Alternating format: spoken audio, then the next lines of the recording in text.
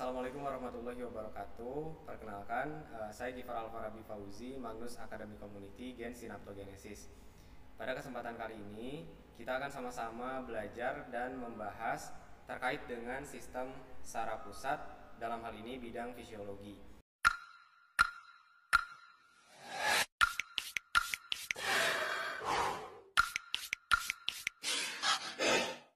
Jadi kita akan membahas tentang fisiologi dari SSP atau sistem saraf pusat.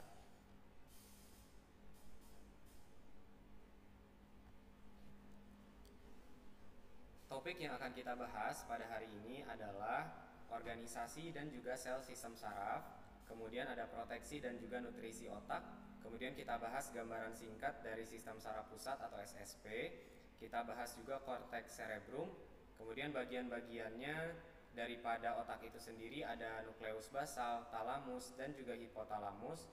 Kemudian kita nanti akan bahas bagaimana emosi, perilaku, dan motivasi itu bisa diatur oleh otak kita. Kemudian ada cerebellum, batang otak, dan terakhir kita akan bahas tentang medula spinalis atau spinal cord. Nah, yang pertama kita akan mempelajari tentang organisasi dan juga sel sistem saraf pusat atau organisasi dari sel sistem saraf. Nah, untuk sel sistem saraf itu sendiri kita akan bagi menjadi dua. Yang pertama adalah sistem saraf pusat atau SSP, dan yang kedua adalah sistem saraf tepi atau SST. Untuk sistem saraf pusat, sebagaimana kita ketahui di anatomi dari SSP, tadi daripada brain dan spinal cord atau otak dan juga medula spinalis. Sementara pada sistem saraf tepi adalah suatu serat-serat saraf perantara dari SSP dengan bagian tubuh yang ada di perifer. Jadi nanti bagian otak dan juga medula spinalis akan berhubungan dengan perifer melewati atau melalui sistem saraf tepi. Nah, kalau misalkan kita bagi atau kita lihat pembagian daripada sistem saraf tepi, kita akan lihat ada dua divisi. Yang pertama adalah divisi aferen dan yang kedua adalah divisi eferen. Divisi eferen. Untuk divisi aferen seperti terminologinya, A kita artikan atau berasal dari kata ed yang artinya menuju, dan advance atau feren artinya membawa. Jadi kita akan membawa ke, atau arti daripada divisi aferen adalah membawa ke atau membawa informasi menuju otak dan medula spinalis. Sementara pada divisi eferen, E berasal dari kata X yang artinya dari, kemudian advance, feren artinya membawa, dan kita bisa artikan artinya sebagai membawa dari. Jadi divisi eferen ini akan membawa informasi dari otak, medula spinalis ke perifer. Nah, kemudian dari divisi aferen tadi kita akan melihat bahwa ada yang namanya rangsangan sensorik dan juga rangsangan visceral. Rangsangan sensorik dan visceral ini didapatkan dari perifer, kemudian akan masuk ke divisi aferen. Divisi aferen pada sistem saraf tepi akan melanjutkan informasinya menuju sistem saraf pusat. Nah, di mana pada sistem saraf pusat nanti datanya akan diolah oleh otak dan juga oleh medula spinalis. Nah, sebaliknya ketika nanti akan ada informasi dari sistem saraf pusat menuju organ-organ efektor, kita akan menggunakan divisi eferen. Jadi nanti divisi eferen ini kebalikan daripada divisi aferen. Eferen ini akan membawa informasi dari otak dan medula spinalis menuju organ-organ efektor, otot, maupun kelenjar-kelenjar. Nah, nanti divisi eferen kita bagi menjadi sistem saraf somatik, kemudian sistem saraf otonom, di mana sistem saraf somatik ini adalah terdiri daripada neuron-neuron motorik yang nantinya bekerja secara volunteer, di mana organ efektornya berupa otot rangka. Kalau misalkan otot rangka adalah otot yang bisa kita kerjakan atau bisa kita lakukan di bawah alam sadar kita secara volunteer. Sedangkan kalau misalkan sistem saraf otonom adalah sistem saraf yang bekerja di bawah alam sadar kita. Jadi kalau sistem saraf otonom itu tidak bisa dikendalikan, contohnya ada sistem saraf simpatis, ada sistem saraf parasimpatis, dan ada sistem saraf enterik. Kalau misalkan sistem saraf simpatis dan parasimpatis itu biasanya ada pada otot polos, kemudian otot jantung, kelenjar eksokrin, beberapa kelenjar endokrin. Itu adalah organ-organ efektor daripada saraf simpatis dan parasimpatis. Sedangkan pada sistem saraf enterik adalah sistem saraf yang terdapat pada sistem pencernaan kita atau hanya terdapat pada organ pencernaan kita. Nah, itulah bagaimana sel sistem saraf ini diklasifikasikan. Kita lanjutkan ke kelas fungsional neuron. Jadi apa itu kelas fungsional neuron? Kelas fungsional neuron kita akan bagi menjadi neuron aferen yang tadi kita bahas, neuron eferen, dan tambahannya adalah antar neuron. Jadi kalau misalkan kita lihat, ternyata semua neuron ini sekitar 99%-nya adalah antar neuron, terutama nanti kita bisa lihat di sistem saraf pusat. Kemudian antar neuron ini akan terletak di antara neuron aferen dan juga neuron eferen, dan jumlahnya sangat banyak. Nah, kemudian kita akan melihat bagaimana struktur daripada neuron aferen, neuron eferen, dan juga antar neuron. Kita akan mulai terlebih dahulu dari neuron aferen. Neuron aferen ini akan membawa informasi dari perifer menuju ke otak dan juga medula spinalis. Maka dari itu, karena dia membawa informasi dari perifer, kita akan melihat ada namanya reseptor sensorik. Reseptor sensorik ini dia akan melakukan atau memiliki potensial aksi di setiap ujung reseptornya. Kemudian nanti pada reseptor sensorik ini akan menghasilkan potensial aksi sebagai respon terhadap jenis rangsangan tertentu. Jadi kalau misalkan kita mendapatkan rangsangan dari luar, pertama-tama yang akan diterima adalah melalui jaras aferen ini adalah melalui reseptor sensorik terlebih dahulu. Dari reseptor sensorik dia akan berlanjut ke akson, perifer, atau serat-serat aferen. Nah, selanjutnya kita akan menemukan ada namanya badan sel. Jadi badan sel yang ada pada wilayah sistem saraf tepi atau seluruh badan sel yang berada di luar sistem saraf pusat biasanya kita sebut dengan ganglion. Jadi biasanya badan sel ini tidak mengandung dendrit, terus letaknya itu sudah dekat dengan korda spinalis. Jadi korda spinalis ini wilayah yang berwarna pink ini adalah wilayah sistem saraf pusat yang terdiri daripada otak dan juga medula spinalis. Kemudian nanti akan berlanjut dari badan sel ke akson sentral.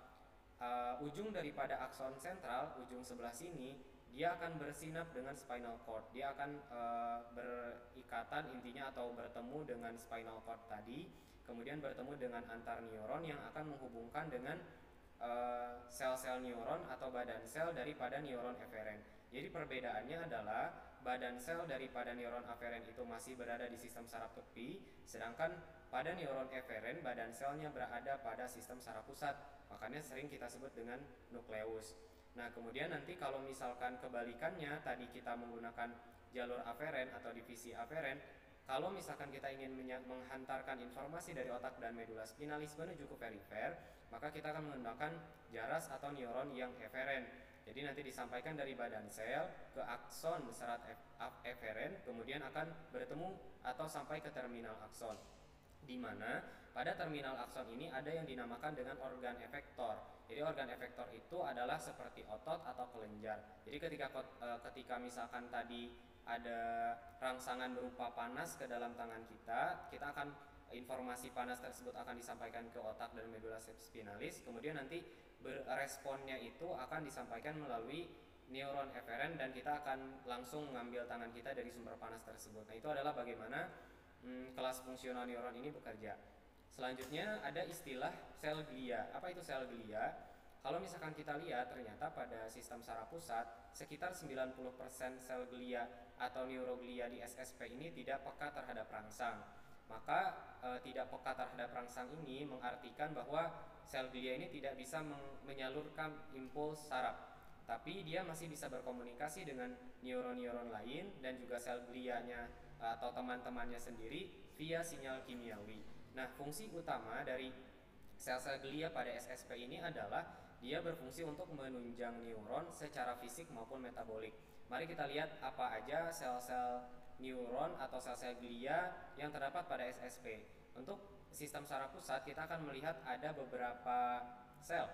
Di antaranya ada astrosit. Astro ini artinya bintang, sit itu artinya sel. Maka kalau misalkan kita lihat astrosit itu seperti sel yang berbentuk seperti bintang. Kemudian ada mikroglia. Mikroglia ini disebut sebagai sepupu dari monosit. Kenapa disebut sepupu dari monosit? Karena mikroglia ini berfungsi untuk sebagai pertahanan daripada sistem saraf pusat. Kemudian ada namanya ependymal cell yang berwarna hijau ini, di mana ependymal cell itu have cilia.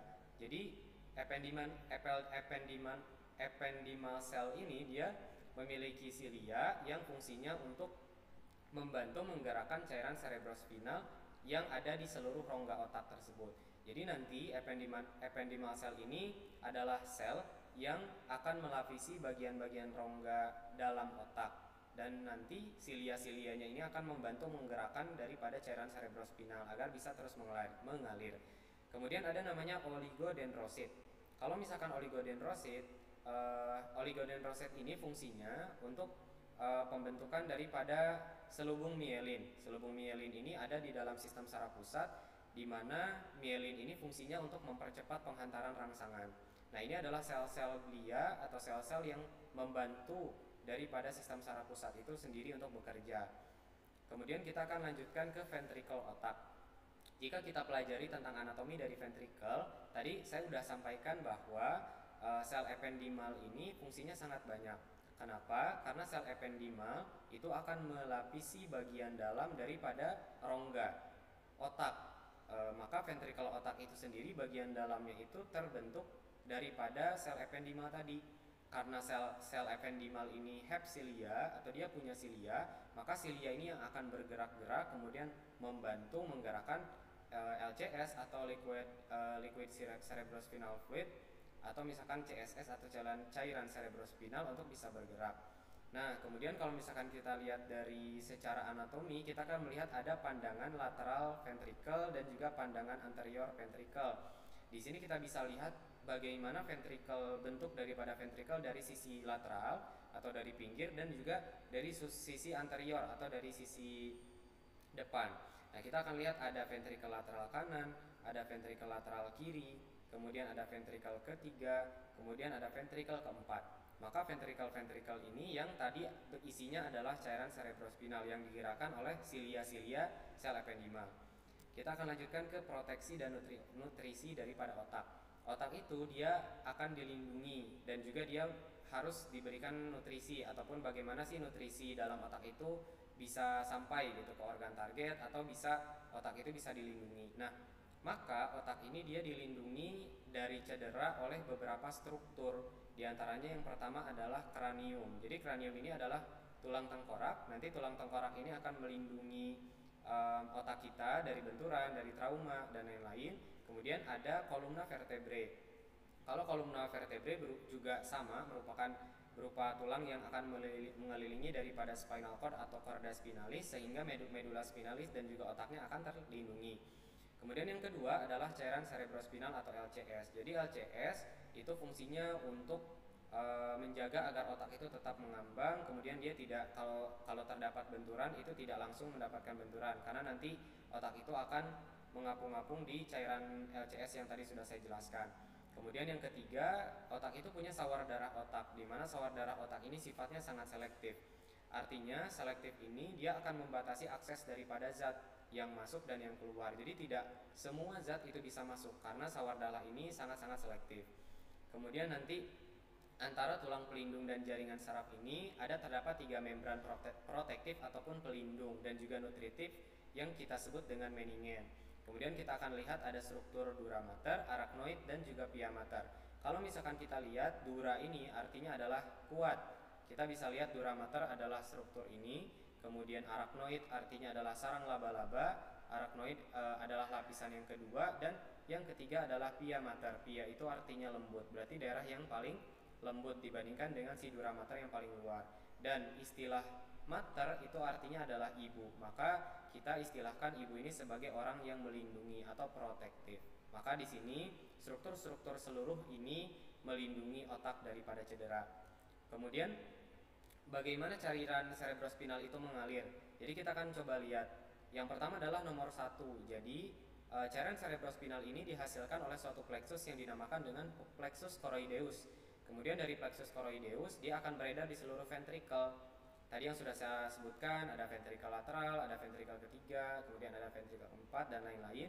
Kemudian nanti dia akan keluar dari ventricle keempat yang ada di dasar otak. Setelah keluar dari situ, dia akan mengalir di ruang subarachnoid ke dalam meningen. Dia akan naik ke atas, kemudian akhirnya dia akan direabsorpsi. Dan dari ruang subarachnoid ke dalam darah vena melewati filus arachnoid. Ini adalah bagaimana cairan cerebrospinal itu bergerak dari satu tempat ke tempat yang lain. Nah, kemudian kita akan lihat bagaimana sih sebenarnya gambaran daripada SSP atau sistem saraf pusat. Jadi gambaran SSP atau gambaran daripada sistem saraf pusat, kalau misalkan kita lihat dari tingkat paling rendah sampai tingkat paling tinggi. Jadi kalau teman-teman bisa lihat di sini ada bagian otak paling bawah sampai bagian otak paling atas. Jadi semakin ke atas fungsi daripada otak tersebut semakin canggih dan semakin ke bawah itu fungsinya semakin primitif. Kalau misalkan kita lihat dari yang berwarna biru ini adalah dinamakan dengan cortex cerebrum. Jadi cortex cerebrum itu bagian daripada yang berwarna biru, di mana pada cortex cerebrum salah satu fungsinya yang akan kita bahas di depan adalah untuk persepsi sensorik, kemudian ada gerakan motorik, kontrol gerakan sadar, kemudian ada fungsi untuk mengelola bahasa dan sifat kepribadian. Yang kedua yang berwarna kuning kita sebut dengan nukleus basal. Jadi salah satu fungsi daripada nukleus basal adalah untuk inhibisi dari tonus-tonus otot dan koordinasi gerakan lambat yang menetap. Yang ketiga yang berwarna peach ini merupakan talamus. Talamus yang di daerah medial, di mana talamus ini dia fungsinya sebagai stasiun pemancar untuk semua masukan sinap. Jadi nanti sinap-sinap akan bertemu dulu di talamus baru akan diedarkan ke tempat seharusnya. Kemudian ada yang berwarna hijau yaitu hipotalamus. Hipotalamus letaknya berada di bawah daripada talamus, di mana hipotalamus ini fungsinya adalah untuk regulasi homeostasis. Jadi regulasi homeostatis ini seperti yang kita ketahui, homeostasis adalah bagaimana kita mempertahankan tubuh kita dalam kondisi fisiologis yang normal. Nanti kita akan bahas di depan. Kemudian terakhir ada cerebellum dan batang otak. Untuk cerebellum adalah struktur otak kecil. Kalau tadi yang di atas adalah struktur daripada otak besar. Untuk cerebellum atau otak kecil ini, salah satunya yang paling sering kita kenal fungsinya adalah untuk menjaga keseimbangan tubuh. Terus untuk batang otak kita akan bagi menjadi otak tengah, kemudian pons, dan juga medula oblongata. Ketiganya salah satunya untuk pusat kontrol kardiovaskular, pusat kontrol respirasi, dan juga pencernaan yang akan kita bahas di slide berikutnya. Kemudian kalau misalkan kita lihat pada korteks cerebrum, kita akan melihat ada dua substansia. Kita bagi menjadi substansia alba dan ada substansia grisea. Sebagaimana namanya, substansia alba adalah substansia yang berwarna putih dan substansia grisea adalah substansia yang berwarna abu-abu. Kalau misalkan teman-teman lihat, pada ketika kita potong bagian otak secara koronal atau koronalis, kita akan melihat bahwa substansia griseanya itu berada di luar.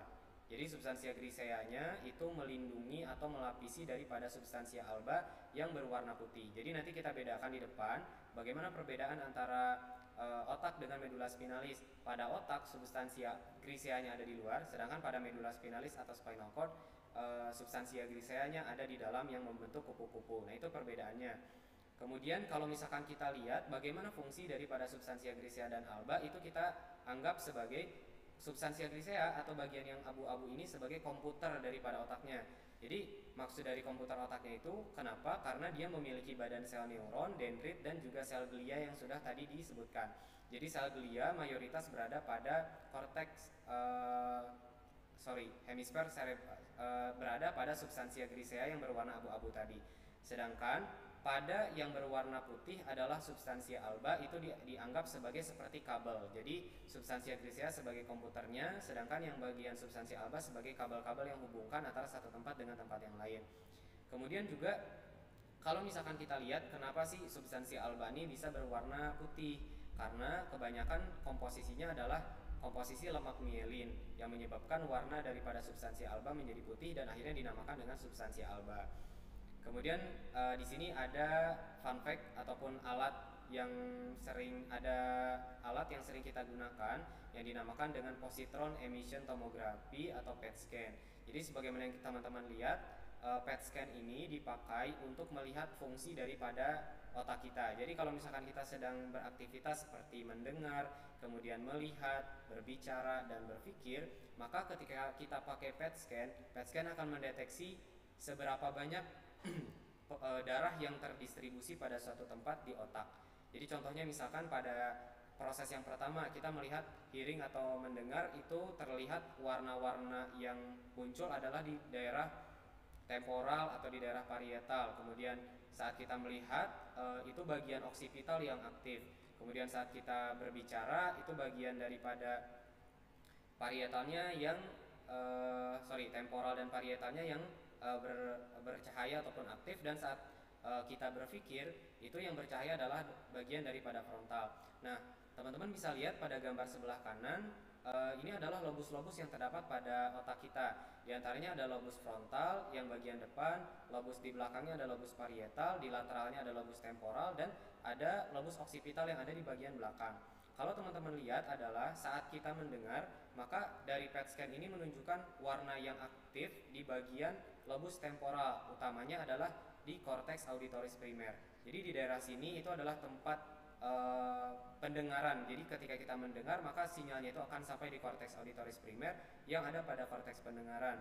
Kalau kita lagi berbicara, biasanya lobus frontalnya yang menyala, daerah sini berarti. Biasanya di situ nanti kita akan melihat ada daerah Broca. Di daerah Broca dia di situ menyala, kemudian nanti di daerah lobus parietal juga sama, ada daerah Wernicke. Kemudian nanti kalau misalkan saat kita melihat ternyata gambaran PET scan-nya itu menyala di bagian occipital, maka kita lihat bahwa ternyata di lobus occipital ini ada korteks visual primer. Jadi di situ nanti ketika kita melihat sesuatu, informasinya itu akan disampaikan ke lobus occipital. Jadi intinya PET scan ini dipakai untuk melihat bagian mana yang aktif atau bagian otak mana yang aktif ketika kita sedang melakukan aktivitas kita sehari-hari. Nah, kemudian kalau kita lihat korteks cerebrum itu sendiri yang lebih jelasnya, fungsi daripada korteks cerebrum itu banyak. Contohnya pada lobus frontalis. Pada lobus frontalis ada namanya daerah Broca. Daerah Broca ini adalah tempat untuk pembentukan bicara. Terus nanti kita lihat juga ada di daerah lobus temporalis, ada korteks auditoris primer, di mana korteks auditoris primer ini adalah tempat yang berfungsi untuk integrasi daripada suara yang masuk ke dalam telinga kita. Terus nanti ada yang sering kita ketahui adalah korteks motorik primer ada di daerah depan sulcus centralis, sedangkan korteks somatosensorik itu ada di bagian belakang daripada sulcus centralis. Kemudian juga kita bisa lihat pada lobus occipital yang sudah saya sebutkan tadi, korteks visual primer. Jadi di situ adalah tempat di mana korteks penglihatan yang lebih tinggi. Jadi di situ semua data penglihatan sinyalnya disampaikan kepada lobus occipital. Nah, nanti fungsi-fungsi yang lainnya boleh teman-teman baca sesuai dengan gambar yang telah saya berikan di sini. Nah, kemudian kalau misalkan kita lihat tadi yang memisahkan antara lobus frontal dengan lobus parietal di belakangnya adalah ada namanya sulcus centralis. Jadi sulcus centralis ini adalah sulcus yang memisahkan antara lobus frontal dengan parietal, di mana bagian frontal ini ada namanya korteks motorik primer. Jadi seluruh gerakan-gerakan motorik sadar itu dimediasi oleh si korteks motorik primer ini yang ada berwarna orange. Sedangkan korteks somatosensorik hemisfer kiri itu dia memediasi suatu hal yang dinamakan dengan korteks somatosensorik. Jadi dia lebih ke sensasi somestetik dan juga proprioseptif.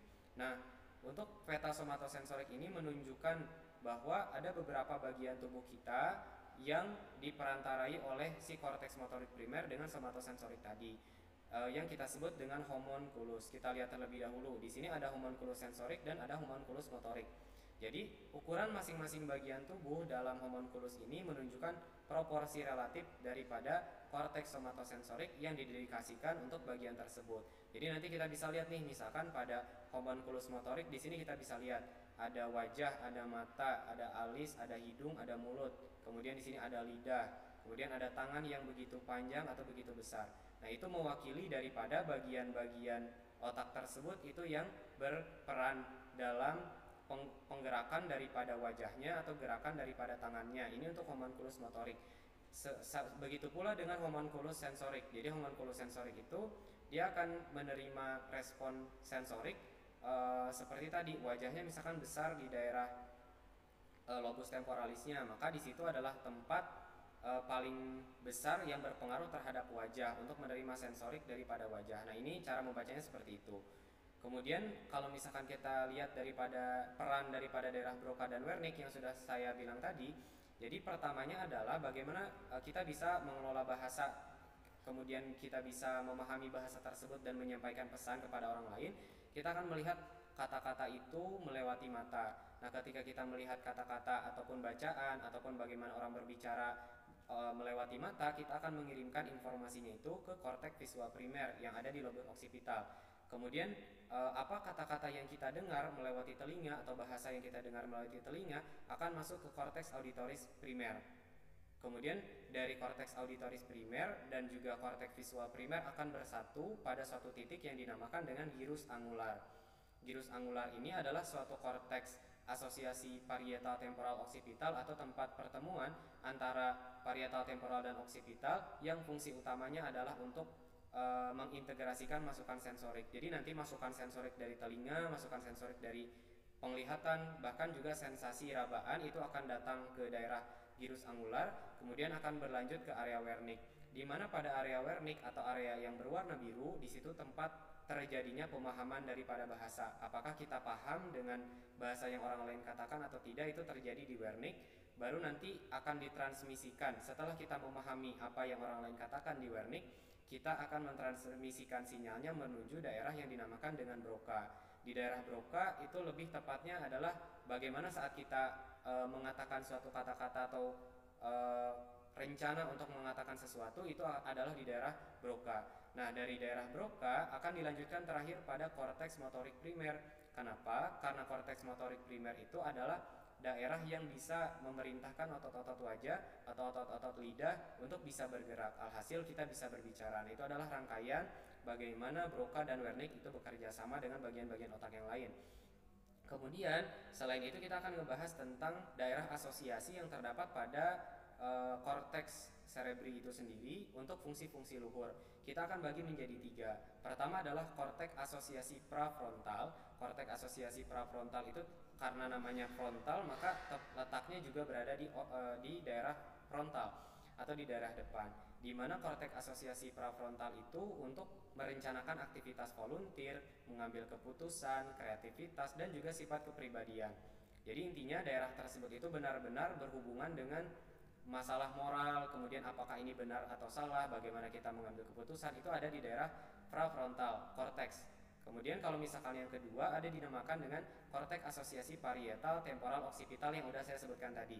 Kalau misalkan ada sensorik berupa penglihatan ke korteks visual primer, ada sensor ke pendengaran berupa ke daerah korteks auditoris primer, semuanya akan diintegrasikan pada korteks asosiasi parietal temporal occipital. Seluruhnya akan digabungkan baru nanti dikirimkan ke Broca, ke Wernicke dulu baru ke Broca.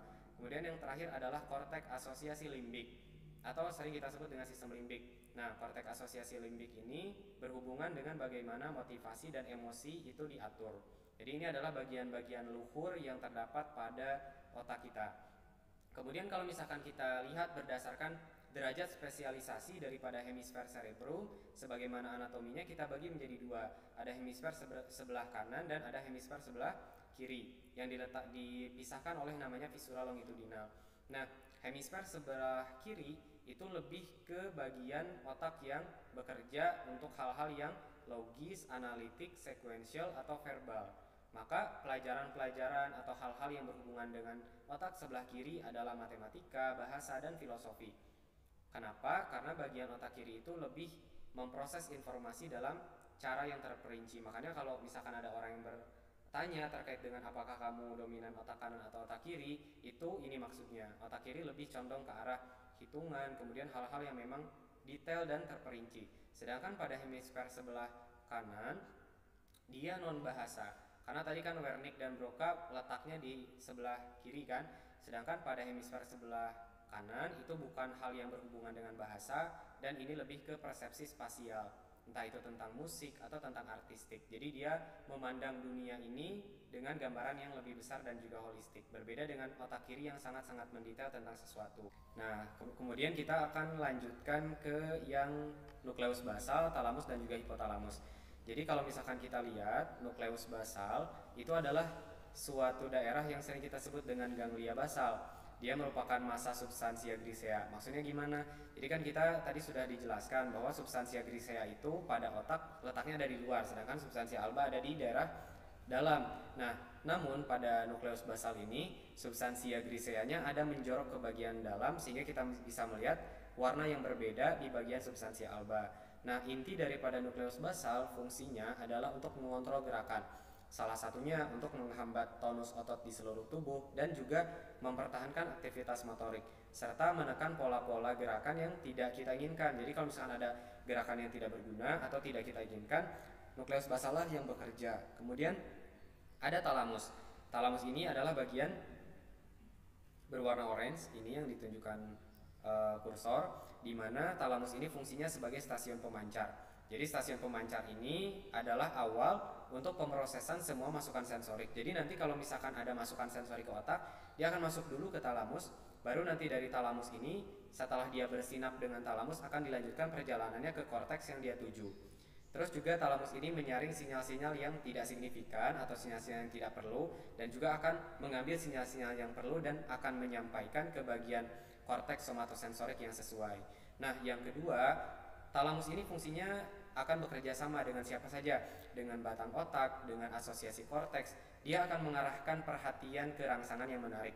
Contohnya gimana? Misalkan ada orang tua yang sedang tidur, di hiruk pikuknya lalu lintas yang keras, yang berisik, namun orang tua tersebut masih bisa tidur. Namun ketika anaknya menangis, dia akan cepat terjaga walaupun tangisan bayinya itu halus, tidak sekeras daripada lalu lintas. Nah, itu salah satu fungsi daripada talamus.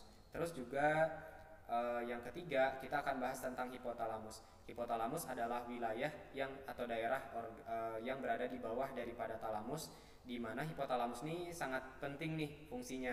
Salah satunya, fungsi daripada hipotalamus ini adalah regulasi daripada homeostatik. Sebagaimana yang kita ketahui tentang homeostasis, homeostasis itu adalah bagaimana kita mempertahankan kondisi normal atau kondisi fisiologis normal dari tubuh kita. Apa saja yang diatur oleh hipotalamus? Salah satunya adalah suhu tubuh, mengontrol rasa haus dengan pengeluaran urin, mengontrol asupan makanan, kemudian mengontrol sekresi hormon hipofisis anterior, menghasilkan hormon-hormon hipofisis posterior, terus juga mengontrol kontraksi daripada uterus saat saat wanita itu hamil, dan juga ejeksi daripada susu. Kemudian juga sebagai tempat koordinasi dari sistem saraf otonom utama dan juga siklus bangun tidur, dan juga mengatur emosi dan juga perilaku. Nah, ini adalah hal-hal yang diatur oleh hipotalamus. Nah, kemudian kita lanjutkan ke bagian belakang nih. Kalau tadi kita udah belajar tentang otak besar, kita akan belajar tentang otak kecil yang sering kita sebut dengan cerebellum. Jadi cerebellum itu adalah bagian daripada otak kecil. Nah, otak kecil intinya kita bagi menjadi tiga. Ada vestibulocerebellum, ada spinocerebellum, dan ada cerebellocerebellum. Yang berwarna hijau adalah daerah vestibulocerebellum. Vestibulocerebellum fungsinya adalah untuk mempertahankan keseimbangan dan kontrol gerakan mata. Makanya tadi kita sebutkan bahwa cerebellum itu fungsinya untuk mengatur keseimbangan, ya, salah satunya di daerah vestibulocerebellum. Terus ada spinocerebellum yang berwarna ungu. Spinocerebellum itu untuk regulasi atau pengaturan daripada tonus otot dan koordinasi gerakan volunteer terampil. Dan yang terakhir adalah cerebellocerebellum yang berwarna biru. Jadi cerebellocerebellum ini dia akan melakukan perencanaan dan inisiasi daripada aktivitas volunteer dengan memberikan masukan ke daerah motorik korteks atau korteks motorik. Nah, ini adalah fungsi-fungsi simpel dari cerebellum. Terus ada batang otak, kita akan bagi menjadi tiga. Batang otak itu ada otak tengah atau midbrain, ada pons, dan ada medulla oblongata. Kemudian dari medulla oblongata nanti ke bawahnya akan ada spinal cord atau medulla spinalis. Intinya batang otak ini nanti sebagai tempat daripada sebagian besar saraf-saraf kranialis yang 12 pasang. Kemudian nanti juga pada pons ini utamanya yang harus teman-teman ingat adalah sebagai tempat regulasi dari fungsi jantung, fungsi pembuluh darah, pernafasan, dan banyak aktivitas yang lain. Maka kalau misalkan kita melihat dari sini, biasanya ada istilah daripada kematian batang otak. Kalau misalkan orang-orang yang sedang dirawat di rumah sakit, ada istilah mati batang otaknya. Berarti ketika dia mati, maka mati pula atau berhenti bekerjanya daripada fungsi pernafasan, kemudian jantungnya, pernafasannya, dan seluruhnya akan berhenti ketika batang otaknya berhenti atau terjadi kematian otak. Terus yang terakhir kita akan bahas tentang chorda spinalis. Chorda spinalis atau spinal cord merupakan suatu organ yang sama-sama merupakan bagian daripada sistem saraf pusat. Intinya adalah bagian daripada chorda spinalis ini akan dilapisi oleh meningen, lapisan protektif yang akan melindungi daripada bagian medula spinalis, dan juga nanti tadi sudah saya jelaskan bahwa medula spinalis ini akan dilindungi oleh struktur daripada vertebrae atau tulang belakang sampai ke bawah, dari atas sampai ke bawah, di mana nanti teman-teman bakalan melihat bahwa ukuran panjangnya kira-kira 45 cm sampai 46 cm, perkiraan 18 inci dengan garis tengah 2 cm. Teman-teman akan melihat bagaimana medula spinalis itu memanjang dari otak sampai ke bagian sakrum, ke bagian bawah. Kemudian kita bisa lihat juga ini adalah perbedaan yang sudah saya sebutkan tadi. Kalau pada otak substansia griseanya ada di bagian luar, pada medula spinalis kebalikannya, substansia griseanya ada di bagian dalam yang membentuk kupu-kupu. Ini yang membedakan antara otak dengan medula spinalis. Jadi substansia griseanya ada di dalam, kemudian bagian daripada substansia albanya ada di daerah luar. Kemudian teman-teman bisa lihat di sini, kalau misalkan kita bahas substansia alba pada spinal cord, kita akan lihat ada bagian berwarna biru dan ada bagian yang berwarna hijau. Pada bagian berwarna biru adalah traktus ascendens atau traktus yang mengarah ke daerah atas, sedangkan pada berwarna hijau adalah traktus descendens atau traktus yang mengarahnya nanti ke arah bawah. Maksudnya gimana? Jadi nanti substansia alba ini nanti akan membentuk traktus. Jadi traktus ini adalah serat-serat saraf. Jadi nanti pada medula spinalis kita sebutnya bukan saraf, tapi kita sebutnya sebagai traktus. Nanti traktus ini akan berawal dan berakhir di tujuannya, di otak. Jadi nanti traktus-traktus ini bisa aja membawa dari otak ke spinal cord atau spinal cord ke otak. Kemudian ada dua perbedaan. Traktus ascendens artinya membawa hantaran sinyal itu dari chorda spinalis ke otak. Kebalikannya, kalau traktus descendens akan membawa dari otak ke medula spinalis. Nah, kemudian intinya adalah saya contohkan bagaimana teman-teman bisa membaca penamaan daripada traktus ascendens dan descendens. Biasanya traktus ascendens dan descendens dinamai berdasarkan letaknya dari mana. Contoh, di sini ada traktus spinocerebellaris ventral. Jadi pada traktus spinocerebellaris ventral ini adalah jaras yang naik atau jaras yang ascendens. Berarti dalam hal ini gambar yang sebelah kiri atau bagian A. Jadi awalnya dia dari chorda spinalis, dia akan berjalan di tepi-tepi sebelah ventral ke arah depan.